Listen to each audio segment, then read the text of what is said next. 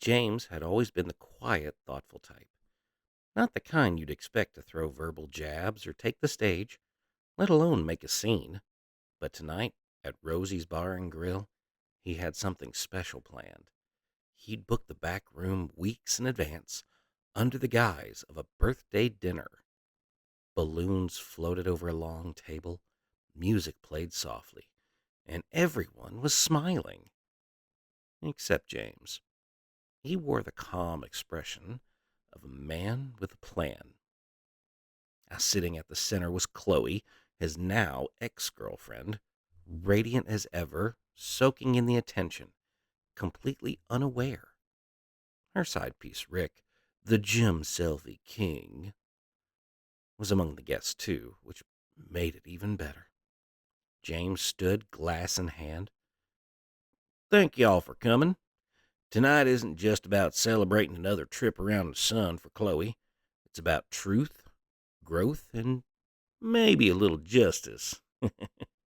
Laughter rippled through the room. Chloe beamed, clueless. You know, Chloe always said she wanted a man who could make her feel alive, James began. So naturally, she chose Rick, who works harder on his abs than I ever did on our relationship. Respect. Rick raised an eyebrow. Some guests chuckled awkwardly.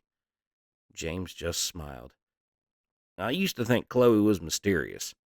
Turns out, she was just texting other guys under the table. But I gotta hand it to her. Managing a full-time relationship and two side flings? That's multitasking the Pentagon would envy.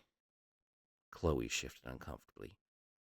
James, no, let me finish, he said, holding up a hand. I actually brought something for the occasion. He reached under the table and pulled out a framed collage.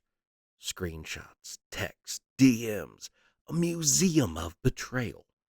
I call it the modern art of lying with confidence. The room went silent. Even the background music felt awkward. James continued. But really, thank you, Chloe. Because of you, I learned to check red flags instead of painting them white. I lost a girlfriend, but gained self-respect. And, judging by Rick's expression, you may be single again by dessert. Rick stood up abruptly. Yo, what the hell is this? A public service announcement, James replied smoothly. For everyone here.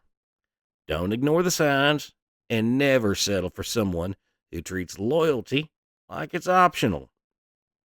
He raised his glass one final time. To healing, to honesty, and to the best damn roast this side of heartbreak. He downed the drink, set the glass down, and walked out, leaving behind a stunned room, a furious cheater, and a legacy of one of the classiest takedowns anyone at Rosie's had ever seen.